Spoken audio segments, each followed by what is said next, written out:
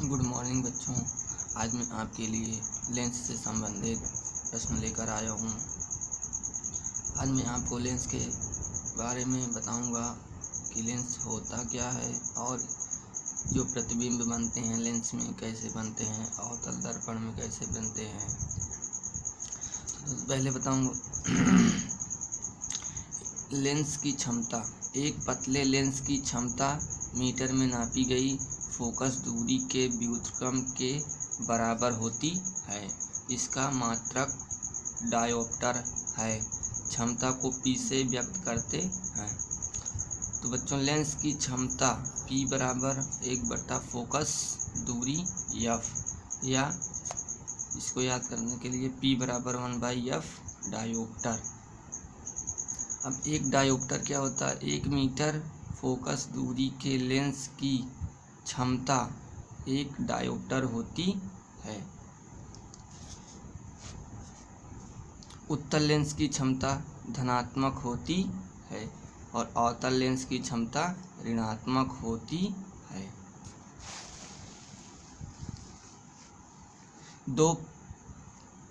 अब लेंस क्या होता है? 2 पृष्ठों से घिरा हुआ पारदर्शी माध्यम जिसका एक या दोनों पृष्ठ गोलीय है लेंस कहलाता है। लेंस मुख्यतः 2 प्रकार के होते हैं: उत्तल लेंस कन्वेक्स, अवतल लेंस कनकेव। तो उत्तल लेंस क्या होते हैं? ये लेंस किनारों पर पतले एवं बीच में मोटे होते हैं। इन्हें अभिसारी लेंस भी कहते हैं, अर्थात एक बिंदु पर केंद्रित कर देता है। ये जो उत्तल लेंस है,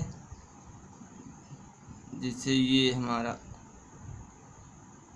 उत्तल लेंस ये है, इसके बाद जब किरण आएगी तो ये क्या करता है कि ये जो यहाँ से प्रकाश की किरणें टकराती हैं तो ये केंद्र पर, एक ही केंद्र पर केंद्रित कर देता है। और अवतल लेंस, ये लेंस किनारों पर मोटे एवं बीच में पतले होते हैं। इन्हें अपसारी लेंस भी कहते हैं, अर्थात फैला देता है। ये है उत्तल लेंस और ये है अवतल लेंस। ये किनारों पर पतले होते हैं और ये किनारों पर मोटे होते हैं, और ये बीच में मोटे होते हैं और ये बीच में पतले होते हैं।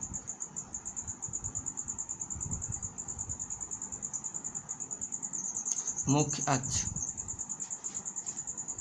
लेंसों के दोनों गोलीय पृष्ठों के वक्रता केंद्रों को मिलाने वाली रेखा को मुख्य अक्ष कहते हैं।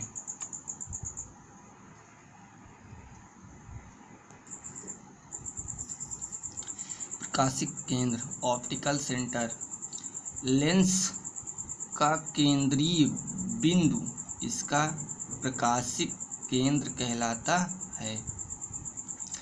फोकस दूरी क्या है? फोकस एवं प्रकाशिक केंद्र के बीच की दूरी फोकस दूरी कहलाती है। उत्तल लेंस की फोकस दूरी धनात्मक होती है, अवतल लेंस की फोकस दूरी ऋणात्मक होती है। लेंस के लिए सूत्र क्या होता है? जब बिंब दूरी u, प्रतिबिंब दूरी v तथा फोकस दूरी f के बीच संबंध। अब लेंस का सूत्र होता है 1/v माइनस 1/u बराबर 1/f। आवर्धन क्या होता है?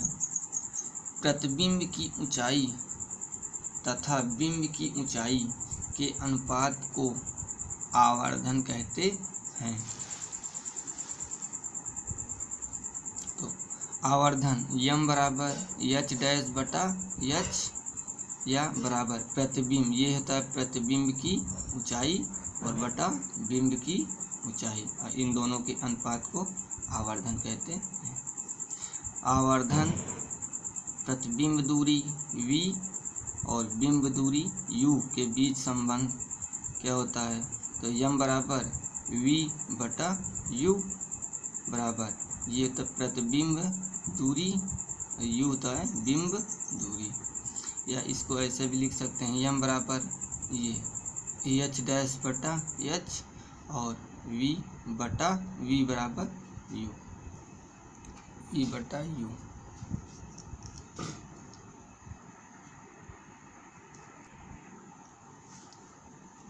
अब अवतल दर्पण में प्रतिबिंब जब वस्तु कहाँ रखी होती है और प्रतिबिंब कहाँ बनता है, ये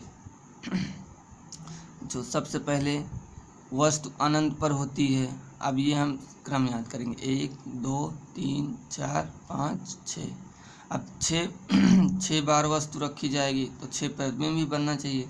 तो 1 2 3 4 5 और 6 प्रतिबिंब भी बनेगा। 6 बार वस्तु रखी जाए तो पहले वस्तु अनंत पर रखी जाएगी, तो ये क्रम याद करना है। यहाँ पर जब अनंत पर रखी जाएगी तो प्रतिबिंब फोकस पर बनेगा। जब प्रतिबिंब सी से परे रखी जाएगी तो प्रतिबिंब सी और एफ के बीच बनेगा।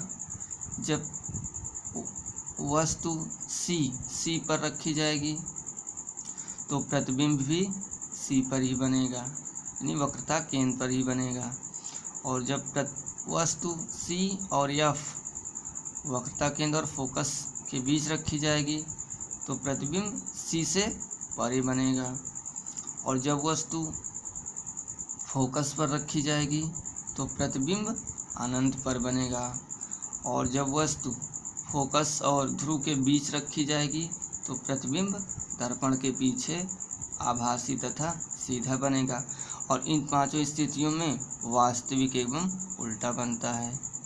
वास्तविक एवं उल्टा, इन पांचों स्थितियों में वास्तविक एवं उल्टा बनेगा।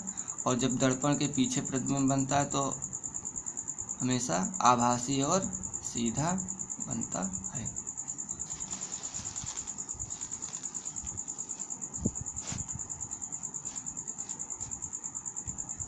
और ये है उत्तल लेंस के लिए,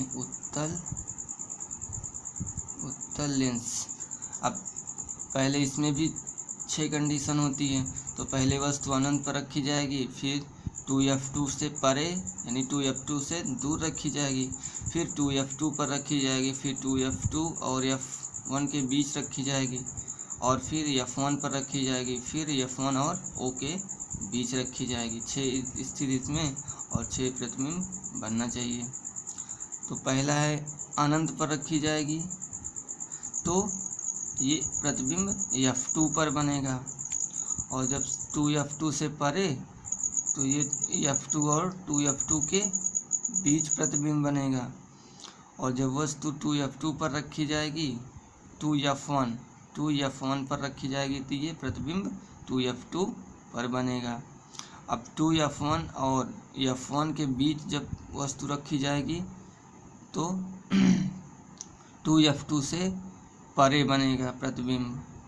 जब वस्तु f1 पर रखी जाएगी तो प्रतिबिंब अनंत पर बनेगा, अनंत पर। 5 जब f1 और o के बीच फोकस और प्रकाशिक केंद्र के बीच रखी जाएगी तो जिस ओर बिंब है लेंस के उसी ओर, यानी लेंस इधर है तो इसी ओर प्रतिबिंब यहाँ कहीं पर भी बन सकता है। तो ये है 6वां नंबर, जिस ओर बिंब है लेंस के उसी ओर।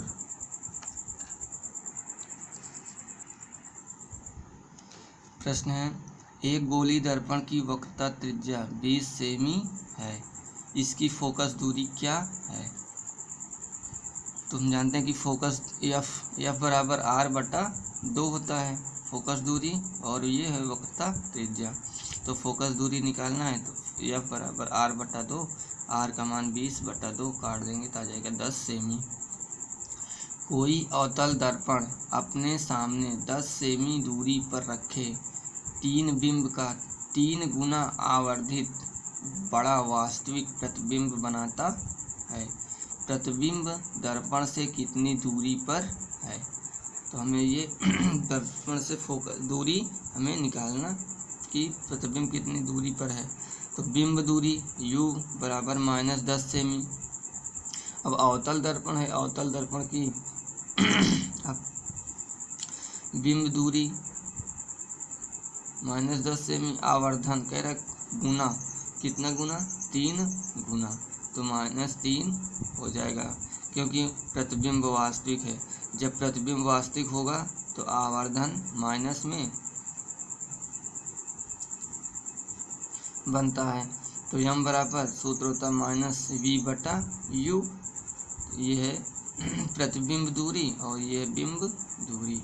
तो -3 बराबर -v/, यहाँ u का मान रख देंगे -10, माइनस से माइनस कट जाएगा और ये गुणा हो जाएगा। तो v बराबर -30।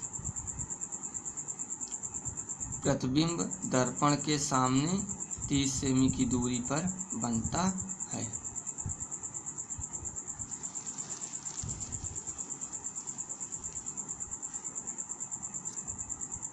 प्रकाश वायु से 1.50 अपवर्तनांक की कांच की प्लेट में प्रवेश करता है। कांच में प्रकाश की चाल कितनी है। निर्वात में प्रकाश की चाल 3 × 10⁸ मीटर पर सेकेंड है। अब अपवर्तनांक बराबर होता है सूत्र निर्वात में प्रकाश की चाल बटा कांच में प्रकाश की चाल, या फिर इसको या अपवर्तनांक को n मानते हैं, n बराबर c/v याद करने के लिए c है। तो अपवर्तनांक कितना दिया 1.50 बराबर निर्वात में प्रकाश की चाल दिया 3 × 10⁸ बटा कांच में प्रकाश की चाल निकालना है। तो ये हमें v निकालना है। तो यहाँ v, अब v यहाँ चला जाएगा 1.5 यहाँ जाएगा, तो v बराबर 3 × 10⁸ बटा 1.5। अब दशमलव से काट देंगे तो यहाँ 0 पड़ जाएगा, 15 दूना 30, तो 2 × 10⁸ मीटर प्रति सेकेंड। 2 मीटर फोकस दूरी वाले किसी अवतल लेंस की क्षमता ज्ञात कीजिए। तो फोकस दूरी निकालना है। तो फोकस दूरी f बराबर -2 मीटर, क्योंकि लेंस अवतल लेंस है और जानते हैं कि अवतल लेंस की फोकस दूरी ऋणात्मक होती है। तो P बराबर 1/f होता है, बराबर 1/f कितना है -2, काट देंगे तो आ जाएगा 0.5 डायोप्टर।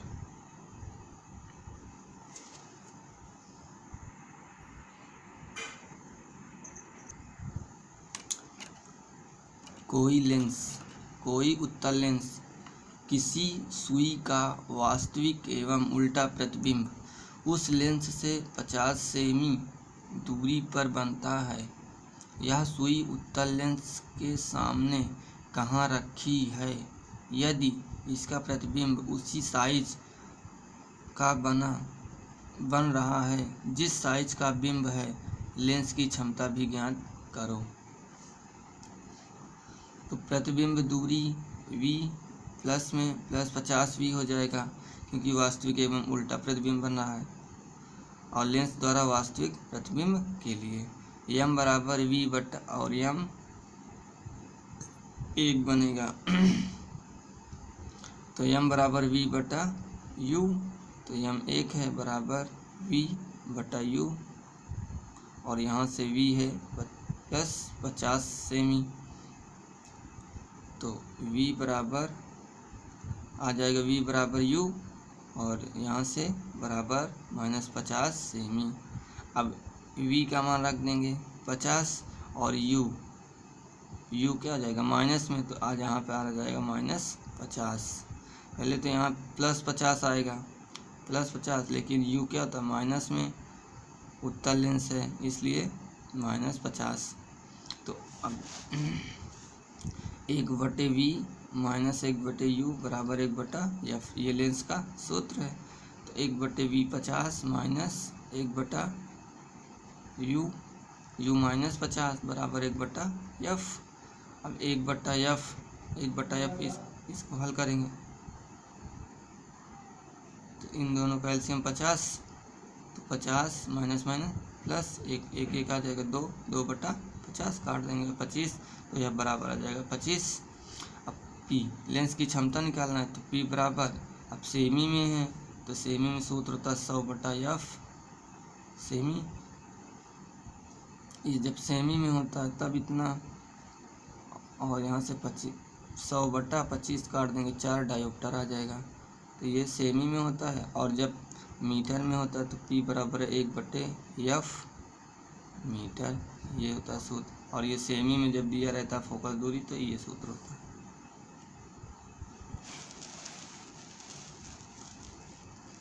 दाढ़ी बनाने के लिए अवतल दर्पण का उपयोग क्यों किया जाता है? जब किसी वस्तु को अवतल दर्पण के सामने उसके ध्रुव एवं फोकस के बीच रखा जाता है तो उसका सीधा आभासी एवं वस्तु से बड़ा प्रतिबिंब बनता है, जो दाढ़ी बनाने के लिए उपयुक्त होता है। अब समतल दर्पण की फोकस दूरी अनंत होती है और समतल दर्पण की वक्रता त्रिज्या अनंत होती है।